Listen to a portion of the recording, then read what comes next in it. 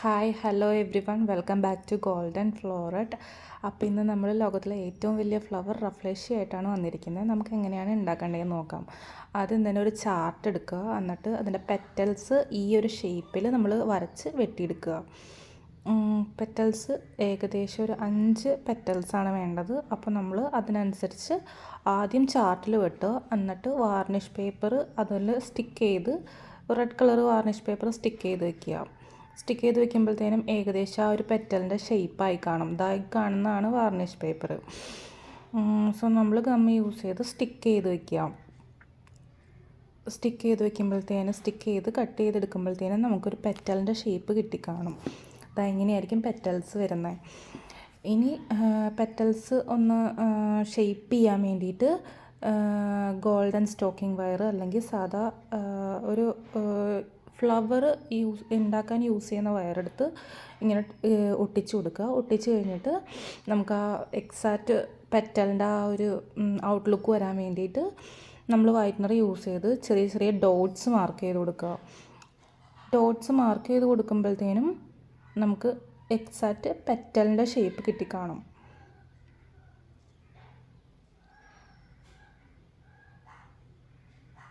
ഇതെങ്ങനെയാണ് മാർക്ക് ചെയ്ത് കൊടുക്കേണ്ടത്.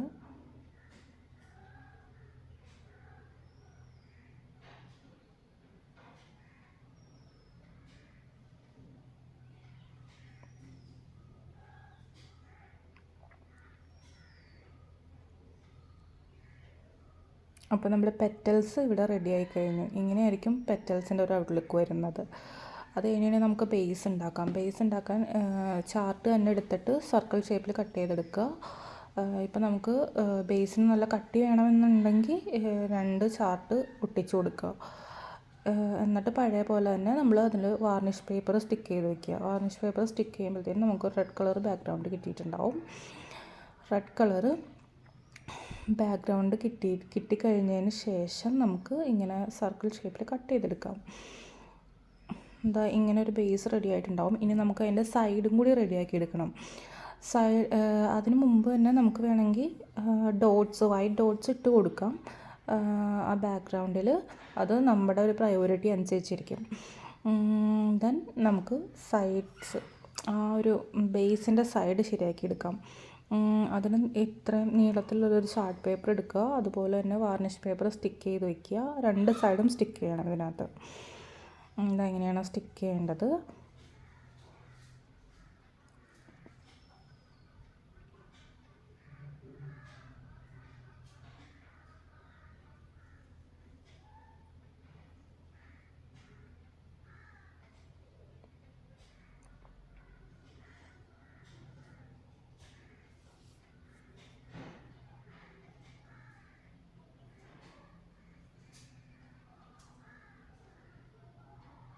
ഏകദേശം അത് റെഡി ആയിട്ടുണ്ട്. അപ്പോൾ ബേസിൽ ഫുൾ ഫിക്സ് ചെയ്യാൻ വേണ്ടിയിട്ട് നമുക്ക് ഇതുപോലെ മടക്കി കൊടുക്കാം. ഇതുപോലെ മടക്കിയിട്ട് നമ്മുടെ ആ റൗണ്ട് ഷേപ്പിൽ നമ്മൾ ഉണ്ടാക്കി വെച്ച ഒരു പേപ്പർ എടുക്കുക. എന്നിട്ട് ഇതിൽ കാണുന്ന പോലെ തന്നെ ഗം യൂസ് ചെയ്ത് ശരിക്കും സർക്കിൾ ഷേപ്പിൽ ജസ്റ്റ് കട്ട് ചെയ്ത് ഒട്ടിക്കുക. അപ്പോഴത്തേനും നമുക്കൊരു എന്താ പറയുക, ഒരു ബോക്സ് പോലത്തെ അത് കിട്ടിയിട്ടുണ്ടാവും. അതാണ് ശരിക്കും ആ ഒരു ഫ്ലവറിൻ്റെ ബേസായിട്ട് വരുന്നത്. ഇത് ശരിക്കും റൗണ്ട് ഷേപ്പിൽ കിട്ടാൻ വേണ്ടിയിട്ടാണ് ഇടയ്ക്ക് കട്ടിങ്സ് കൊടുക്കുന്നത്. ഇടയ്ക്ക് കട്ട് ചെയ്തിട്ട് ഗം യൂസ് ചെയ്ത് സ്റ്റിക്ക് ചെയ്യുക. അപ്പോഴത്തേനും നമുക്ക് സാധാരണ ഒരു റഫ്ലേഷ്യയുടെ ഒരു ബേസ് കിട്ടിയിട്ടുണ്ടാവും.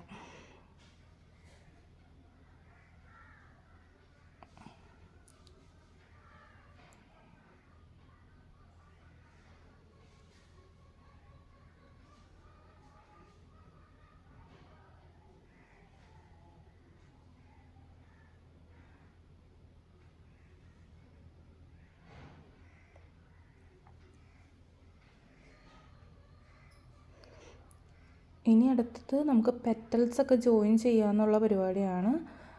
ഒന്നെങ്കിൽ നമുക്ക് ഗം യൂസ് ചെയ്യാം, അല്ലെങ്കിൽ നമുക്ക് സെല്ലോ ടേപ്പ് യൂസ് ചെയ്യാം. അത് രണ്ടും യൂസ് ചെയ്തിട്ട് നമുക്ക് അതിൻ്റെ ഉൾവശത്ത് ഒട്ടിച്ചു കൊടുക്കാം. അപ്പോഴത്തേനും അതായത് മെയിനായിട്ട് റഫ്ലേഷ്യയ്ക്ക് 5 ഇതളാണുള്ളത്. ആ ഒരു 5 ഇതളും അതിൻ്റേതായ പ്രോപ്പർ ഡിസ്റ്റൻസിൽ അവൾ ഒട്ടിച്ചു കൊടുക്കുക.